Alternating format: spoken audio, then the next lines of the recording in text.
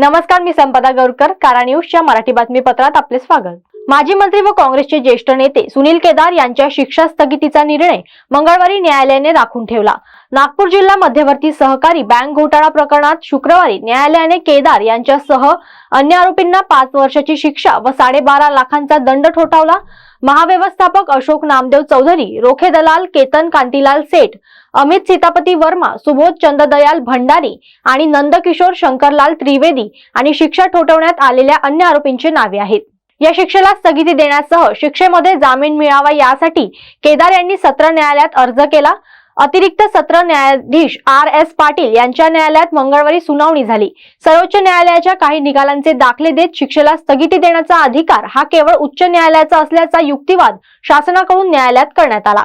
काँग्रेसचे ज्येष्ठ नेते राहुल गांधी, नवज्योत सिंग सिद्ध यांच्या प्रकरणाचेही दाखले यावेळी देण्यात आले।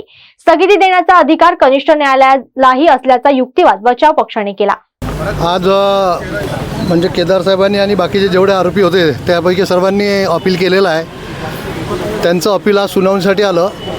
त्यामध्ये त्यांच्या वकिलांनी युक्तिवाद केला आणि सरकारतर्फे त्यामध्ये जे स्पेशल PP आहेत अजय मिसार यांनी नाशिकवरून VC द्वारे आर्ग्युमेंट झाला आहे। त्यामध्ये पूर्ण युक्तिवाद दोन्ही पक्षाचा संपलेला आहे आणि उद्या किंवा शक्यतोवर उद्या किंवा परवा निर्णय देण्यात येईल असं न्यायालयाने सांगितलं।